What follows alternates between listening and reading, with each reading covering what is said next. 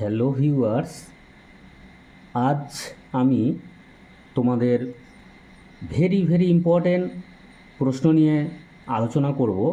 মাধ্যমিক ছাত্রছাত্রীদের জন্য ফাইনাল পরীক্ষা প্রস্তুতি। চক্রবৃদ্ধি সুদ, তোমরা তো এর আগে অনেক রকমভাবে অঙ্কটা প্র্যাকটিস করেছো। তা আজকের ভিডিওটি দেখো কেমন লাগে। যদি ভালো লেগে থাকে তাহলে স্মার্ট ম্যাথ সলিউশন চ্যানেলটি সাবস্ক্রাইব করে থাকবে এবং লাইক কমেন্ট শেয়ার করবে। দেখো, ভিডিওটি সম্পূর্ণ দেখতে থাকো। প্রথম প্রশ্নটি দেখো, এক ব্যক্তি একটি ব্যাংকে 100 টাকা জমা রেখে 2 বছর পর সমূল চক্রবৃদ্ধি পেলেন 121 টাকা। বার্ষিক চক্রবৃদ্ধি সুদের হার কত? এখানে সুদের হার বের করতে বলেছে।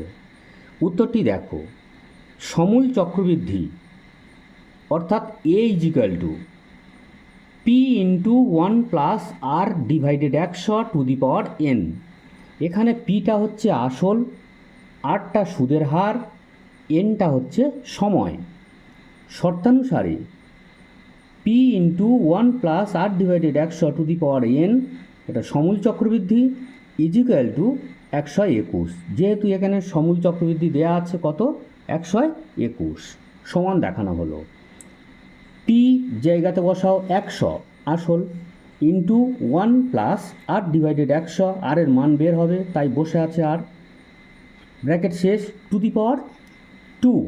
যেহেতু 2 বছর এখানে বলা আছে 2 বছর, তাই এনের জায়গায় বসলো 2 ইজিক্যাল টু 121, বা 100 ইন্টু মানে ব্র্যাকেট শুরু 100 লসাগু করো, 100 একে 100 প্লাস 100 একবার যায়, আর একে আর বসে গেল, to the power 2 equal to 121, বা 100টা 121-এর নিচে নিয়ে আসো, গুণ আকারে আছে, এখানে যেটা আছে বসিয়ে দাও, এখান থেকে স্কোয়ার তোলো, স্কোয়ার তুলে দিলে কি হয় আমরা জানি, রুট হয়, তাই এখানে এই সংখ্যাটা বসে আছে, ইজিক্যাল টু এই সংখ্যাটিকে রুট করা হলো, বর্গমূল করা হলো, কিসের জন্য, স্কোয়ারের জন্য, বা এই সংখ্যাটা বসে আছে ইজিক্যাল টু 11 11 121, 121-এর বর্গমূল 11, 100-র বর্গমূল 10, কাটাকাটি করো, এইভাবে কাটাকাটি যায়, 10 10-কে 100, বা 100 প্লাস আর ইজিক্যাল টু